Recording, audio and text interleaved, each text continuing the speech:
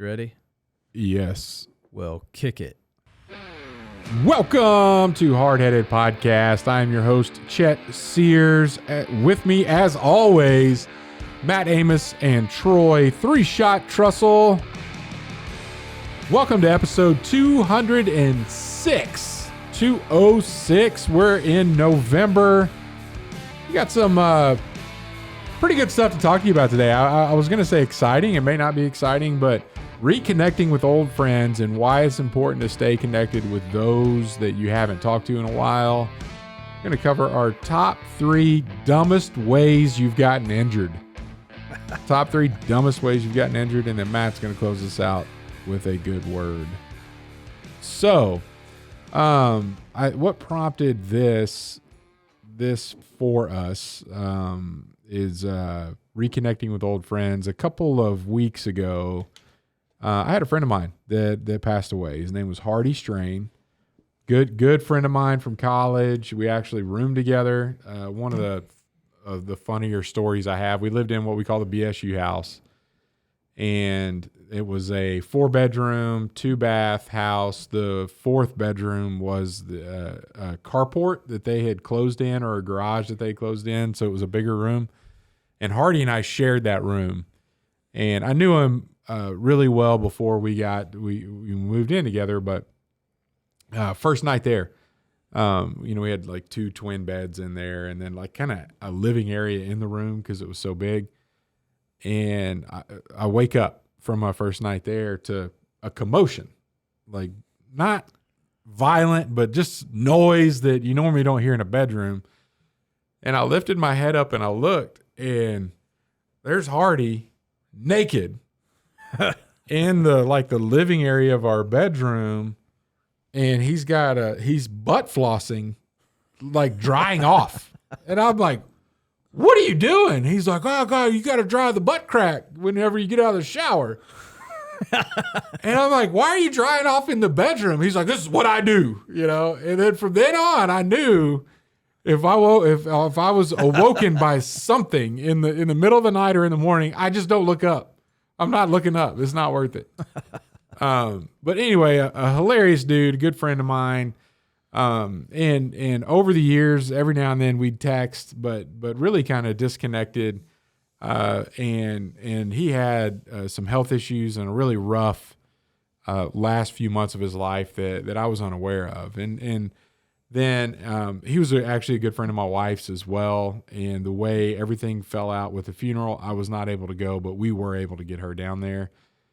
And she was able to reconnect. Like everybody came out of the woodwork and showed up for the funeral, went, and they were invited to go to Hardy's mom's house and hang out. And all the stories and all the good times from college, and she was very appreciative of it, in addition to everybody being there and reconnecting. And that got me to thinking, like, why don't we stay connected? Why do we get caught up?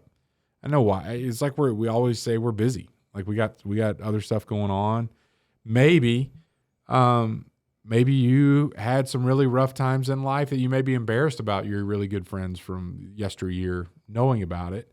So you don't want to connect, but I got to thinking, like, is there a list of guys that I was really close to that I should reconnect with? And the answer is, yeah, probably so.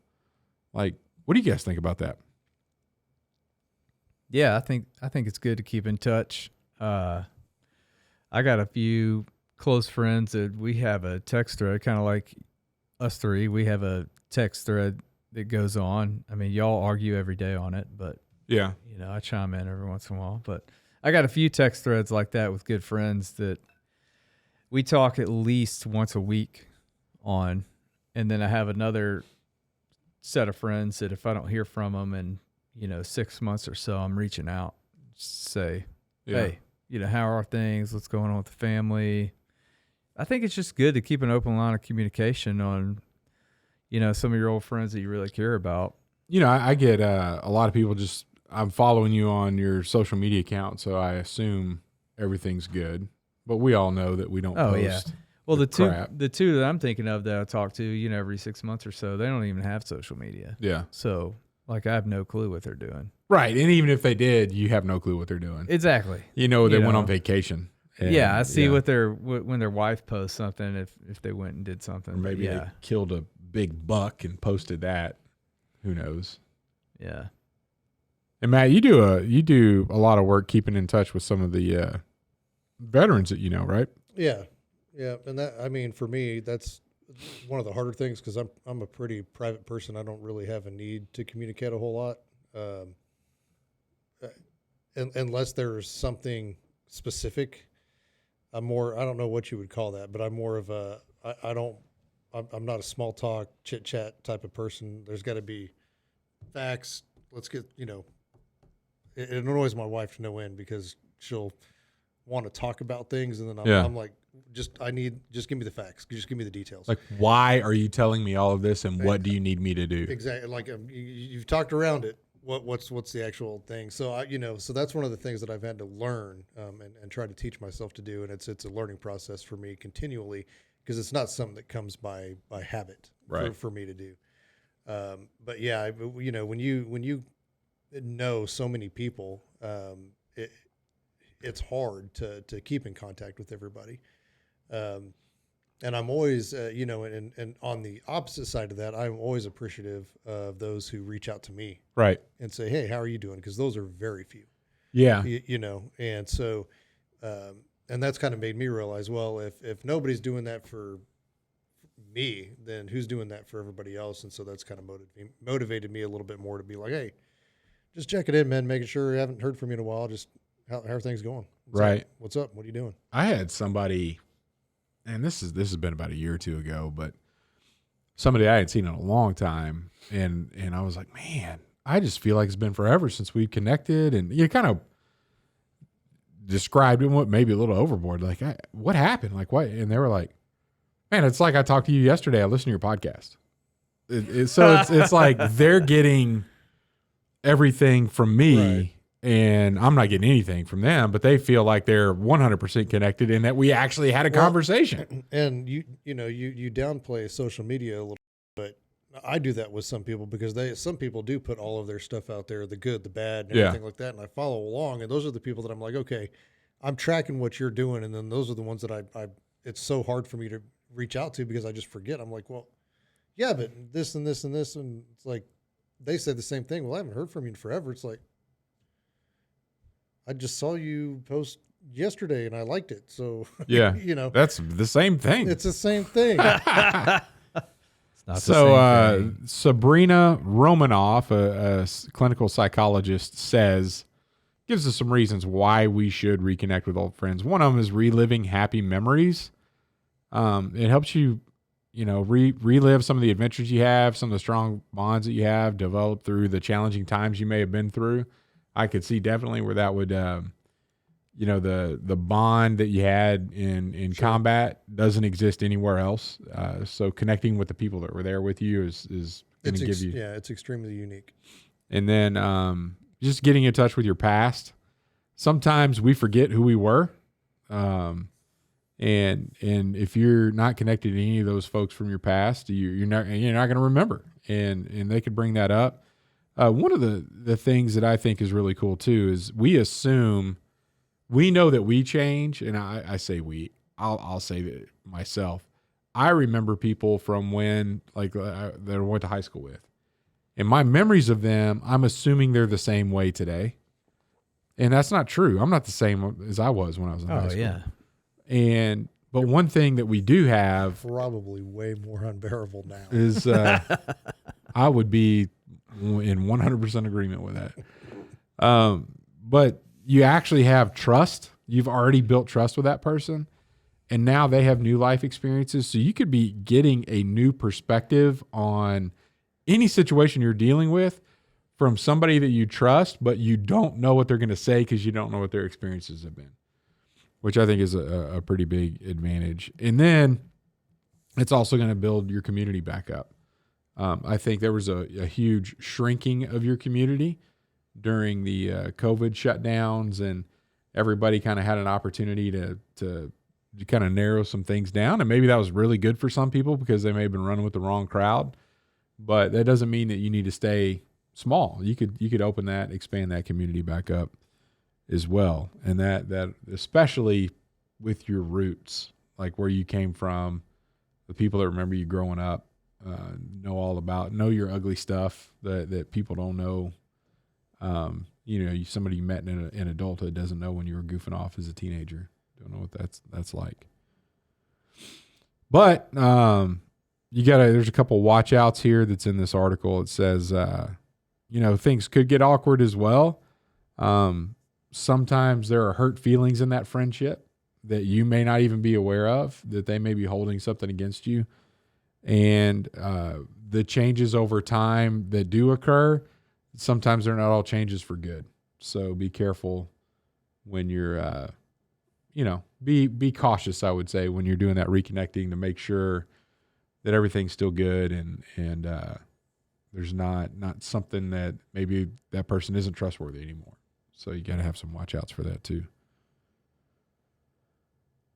But then a couple tips on how to make it less awkward. You could reach out in social media. So a message on Facebook is a lot different than a phone call, and allows for some measured response, not catch anybody off guard or catching somebody that genuinely wants to talk to you, but they don't have enough time. So they cut the conversation short. Then you may not want to jump back in because you thought that they didn't want to talk at all. And then the other thing you could do is show some love right out of the gate. Be very appreciative, talk about the good times and what they meant to you, and kind of open that door back up, that you're not calling them with some pyramid scheme that you want them to join in and start selling some makeup or something like that. I don't know what. Buy these essential oils. Yeah, and it's always good to talk about things you did in the past together. Just rehashing old memories and kind of, that saying like, man, I hadn't seen you in 5 years, but I feel like we hadn't skipped a beat. We just pick up right where we left off. Right. And that I feel like that connection is created through like, hey, last time we got together, we did this. Remember? Right. Feels like it was yesterday. Yeah. That kind of thing. So, yeah. I know, man. And there's a few, like I think there's a couple places that I've done well at staying connected, and definitely a ton that I completely failed at. But one of them, that first crew that I worked with in when I got into a professional career after college, you guys both know Griff.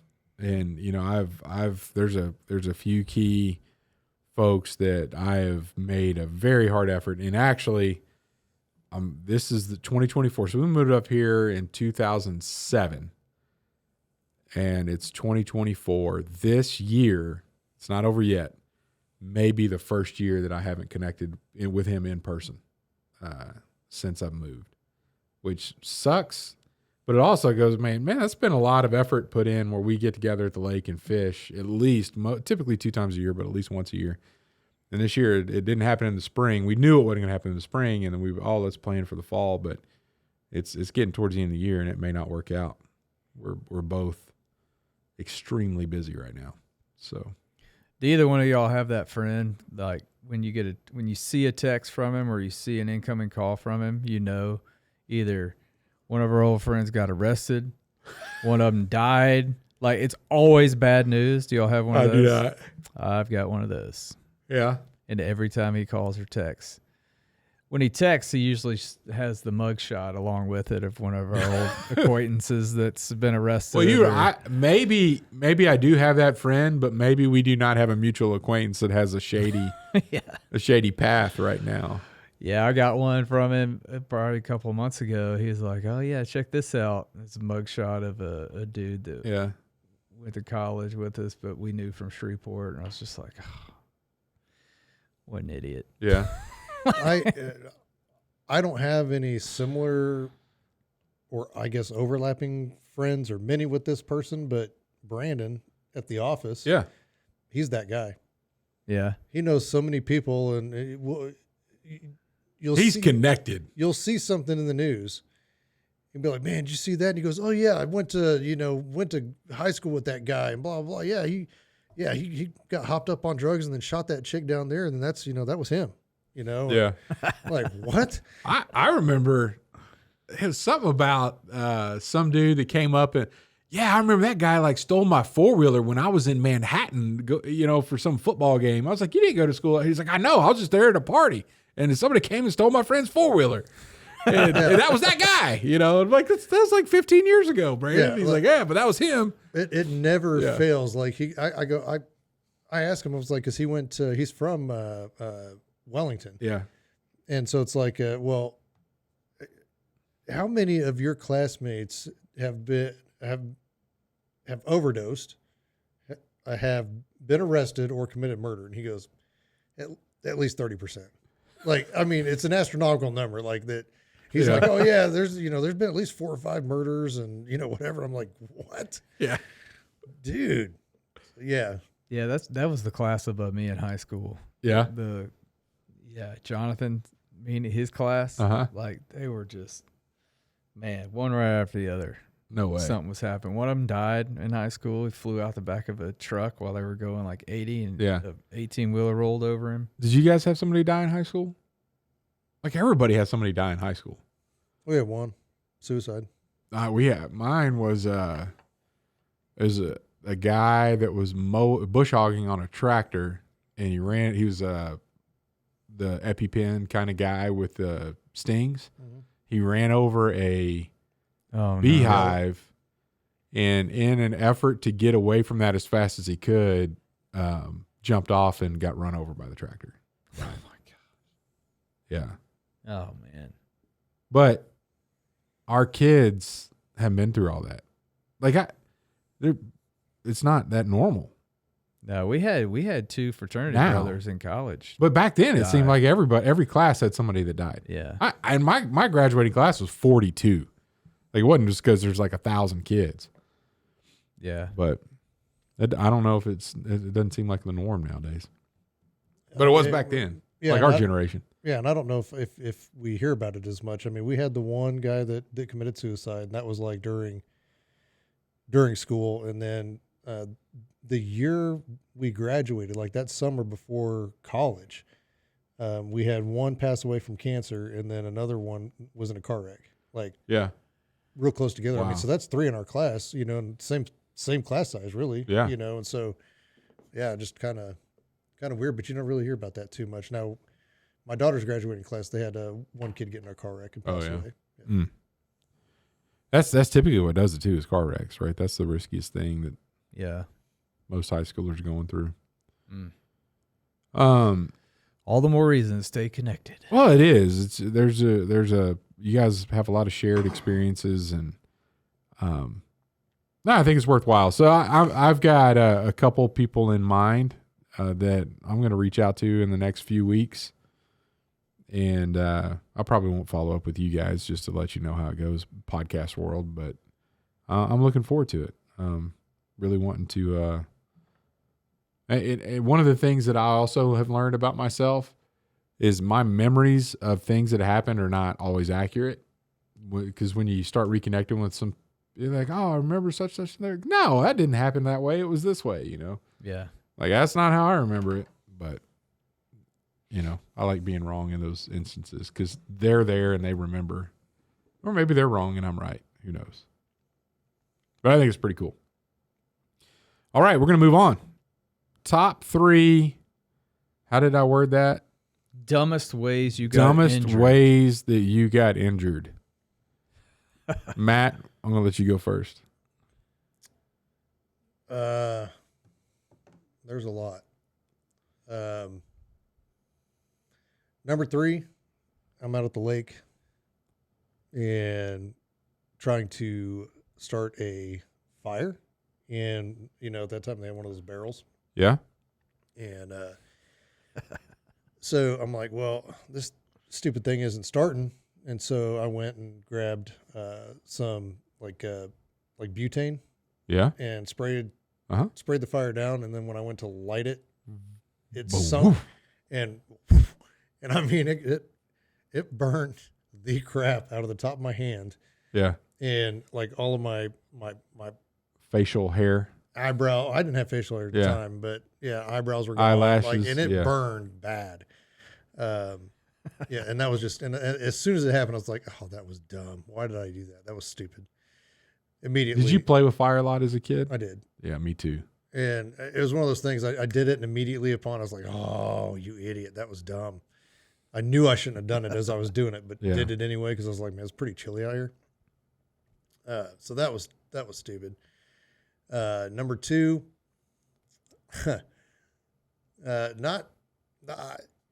depends on how you want to classify injury, but I came down with the absolute worst case of poison ivy. The borderline like ER visit. Yeah. They give you shots for that? Cream? Like what's the? No, because I didn't have any insurance. I'm not allergic to poison ivy. I didn't used to be until this. This incident was it. So let me set the stage for us, man. Let me set the stage. It was dollar beer night at a local drinking establishment. Between my buddy and I, we had a $180 tab on dollar beer night, and I wasn't gonna. Hopefully, you got some nachos or something in there. No, it was all dollar beers, and so they come in the little cup. Oh. No, dollar cans. $1 cans? 12-ounce cans. You're old. For $1. I hope y'all passed a lot out. There's no way you can drink 54 each. There's taxes. Trust me, it can be done. This is fitting very well into really dumb ways that you got hurt. Right. So before you got hurt, did you say, watch this or hold my beer? Yeah. No, this was just a series of bad choices. So prior to going out that evening, my buddy had just purchased a brand new truck, and it was coming up on like the at the time it was 30-day tags, not 60-day tags. And so we it was like, I believe it was in November. So it was November 17th. And that was like at midnight that night. Yeah. And we knew we were going to be out past midnight, or we were going to be out past midnight. So he took his temporary tags would have been expired at midnight. Yeah. You don't want to do that if you've had any alcohol. You don't want to get pulled over, because that's just the reason they pull you over, to get up behind you and they see the tag. Yeah. So he changed it from a 7 to a 9 with a permanent marker. Dumb decision number one.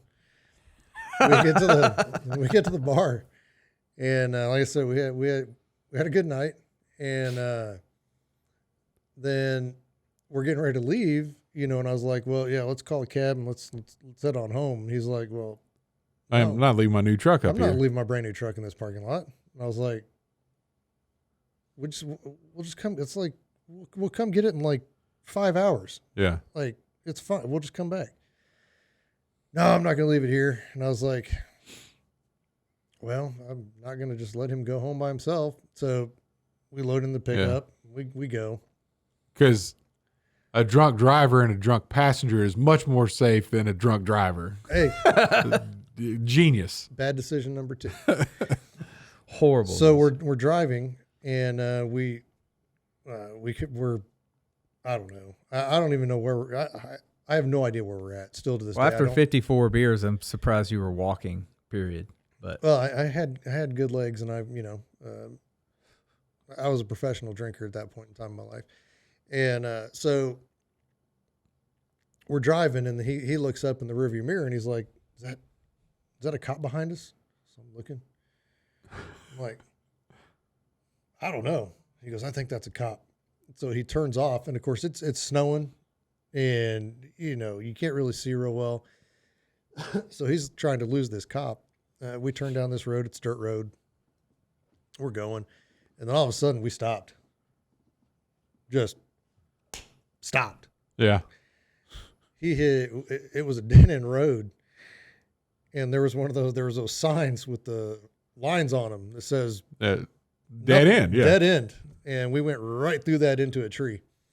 And so OnStar comes on, and it's like, hey, we've recognized you've been in a wreck. Do you need any assistance? He's like, nope, we're good. And they're like, well, we have to send the cops, and so anyway,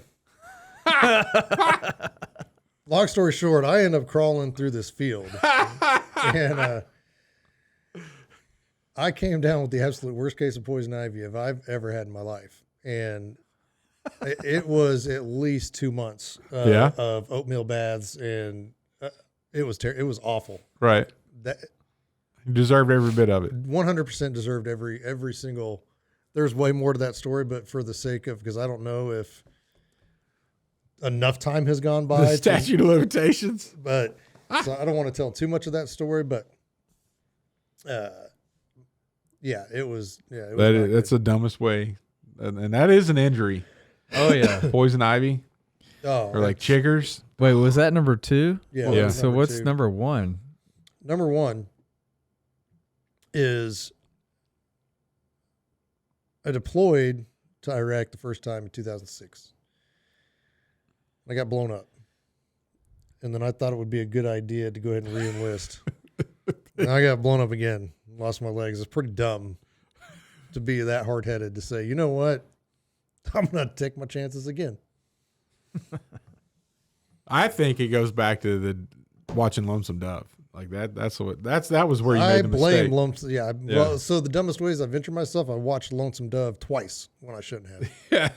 Yep, there you go. Good gracious. Those are, I mean, I'm not going to be able to top, not that I'm trying to top that. Don't want to top that. No. I mentioned something about you being really good at finding IEDs the other day. Somebody that knows you, but doesn't know you like I know you. And they almost lost it. Because they were like, that Matt's a pretty good guy. And I'm like, yeah, he's really good at finding IEDs too. He's found 2 of them. And they didn't know what to say to that. 2 found me. Yeah. I found a lot, but 2 found me. Oh man. All right, I'll go next. So you guys grew up playing football, like in the yard? Oh yeah. You did a little. Have you ever done like flag football with socks, like the tube socks, and those were your flags? You just tuck them down in your. We never did that. Yeah, We always played tackle. A tackle, and then at school, in PE, you can't play tackle. Right. So they had flags. We played 2-hand touch in my school. Yeah, we did that too. I broke my arm playing 2-hand touch football. That's so dumb. Not even falling down. Like I literally, there's this big dude. His name was Scott, and he's just like this, kind of I'm a brute, and I don't think about anything, and hopefully I get a job at the oil field, but I'm not gonna learn anything while I'm in school. And I'm blocking for the quarterback, and the dude just like this bull rush, and I'm like, no, and then he pushes my arm, like one hand here, and then breaks it against my over your arm. other arm. Yeah. And I was like, this is really dumb. And I was like, man, that really hurt. And then like coach was like, hey, get back up there. And I'm like, I think my arm is like really hurt. And he's like, well, you hold your hands out and do like this. And I went, yeah, because it hurt. It was bad. So the number 2 way, and I'm not. This is how I remember the story going. I was too young to know if this is true or not, but I'm 95% certain that I busted my head. I know I busted my head open, and I know it was at church, falling downstairs at the church we went to in Japan. And there's a possibility that I fell into a rocking chair at the church, but we'll just say go for 95% certain. I was at the top of the stairs as a toddler, and I fell down all the stairs and then ended up with getting stitches in my eyebrow. There's a lot that's making sense for Troy and I right now. Yeah. Yeah. Which is tied to my number 1, this recent knee injury, stairs at church. I kid you not. I'm literally walking down the stairs at church, and somebody's behind me and says something, and I as I'm stepping down in an awkward whatever, turning, twisting, pow, right there. You just explained my second IED. Yeah. I turned around, boom. Yep. Except yours was a little bit different than mine. Yeah, mine's a man injury, and yours is just weak. But I'll tell you right now. Hopefully you get through this.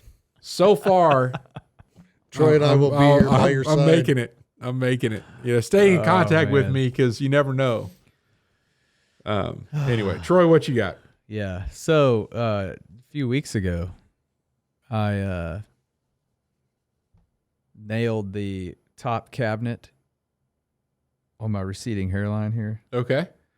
Turned around and hit it harder that it almost knocked me out. You saw stars? I did hit the ground. I saw those spots that fly around. Yeah. You know, when you close your eyes. Did you like collapse or like fall over? I like buckled and collapsed. Yeah. Like I hit it so hard. Yeah. What happened, we had been rearranging the stuff in the pantry. I had closed one of them, turned around, and noticed that the dog didn't have any food and water. And so I was going to lean down and grab her food and give her some food, and I hit that top cabinet that I didn't close. Yeah. And I didn't. It's just like right out of the line of sight. Yeah. That it nailed me. And then I got on to my 12-year-old, which I shouldn't have. For not feeding the dog. Yeah. Like 10 minutes earlier when I asked him to. Gaslighting your child. I did. It your was fault. wrong. You want your dad to die from a head injury? It was so wrong and in the moment. And I apologized to him later. I was like, that's not your fault. I'm an idiot. Yeah. That was dumb. So I had one of those. I was getting in the back of a 7-ton Armadillo, which was the up armor 7 tons that we had back in Iraq. And these things are just, the whole back end is just like plate steel and steel tubing to, if an IED, it deflects it. And these were, if you were injured in an Armadillo, your chances of survivability were pretty good because they were just that heavy. Yeah. But I climbed up in there to grab something, and I wasn't paying attention. And I came back, and I whacked that steel bar I about knocked myself out. Same thing. I saw stars, and it took me 2-3 minutes. And ever since that day, I've had floaters. Yeah. That was the day that caused the floaters in my vision was getting knocked that silly.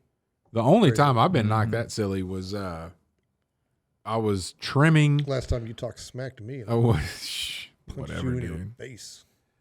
I was trimming a crepe myrtle, and you know how they have those little offshoots that come out of the bottom all the time. Yeah, and if you don't stay on top of them, they get pretty.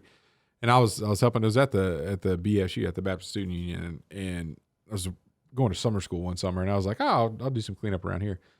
And so I had like this hand axe, and I just took my leg. There's a whole bunch of them coming out from the bottom, and I just took my foot and stepped them over on the ground, and in where they're bent, where all that tension is. I took that axe and I was like, whack, and a piece came flying out and hit me in my eyeball. Not a closed eyes. Yeah, this is back. This is back before you wore safety glasses. Dude, I hit the ground like in stars. I'm out, and I'm alone.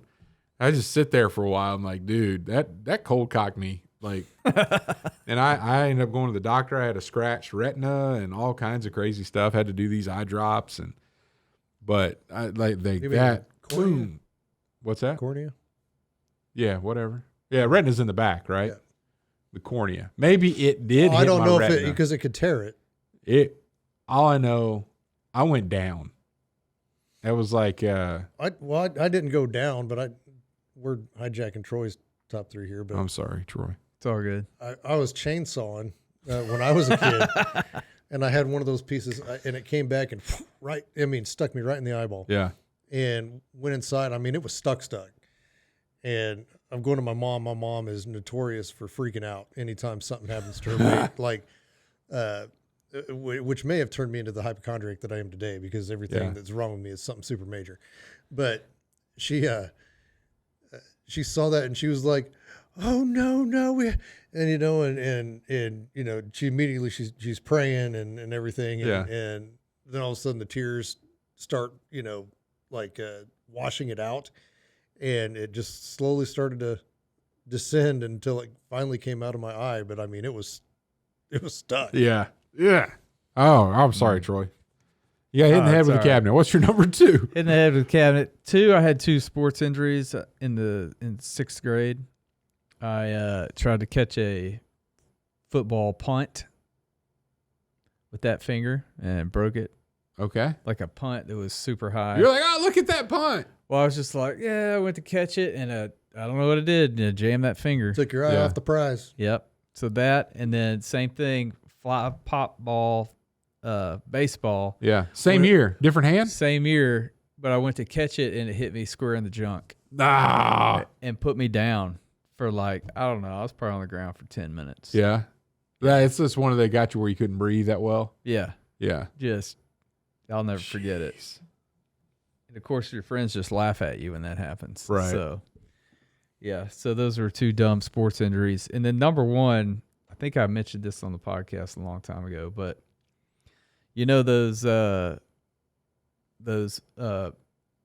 are those big thick wire things that go into the ground on a light pole, hold up telephone poles. They have they normally have like an orange or yellow plastic sleeve on it. Right.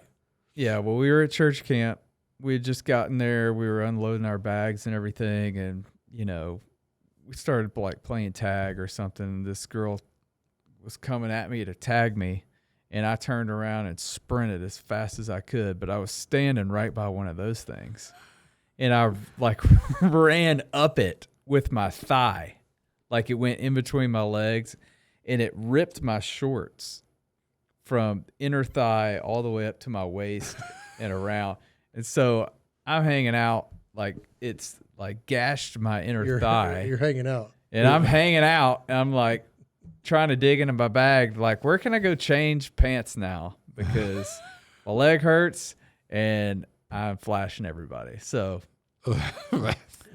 it was dumb and it was embarrassing. And yeah, it was one of the dumbest ways I ever gotten injured. Where you're running. That's the number 1. Yep. Watch where you are running. Well, good deal. Fun top 3. Matt, you got a good word for us? Maybe there's a Bible verse about watch where you're going, or wearing safety glasses, or not using a highly combustible, flammable agent to start a fire.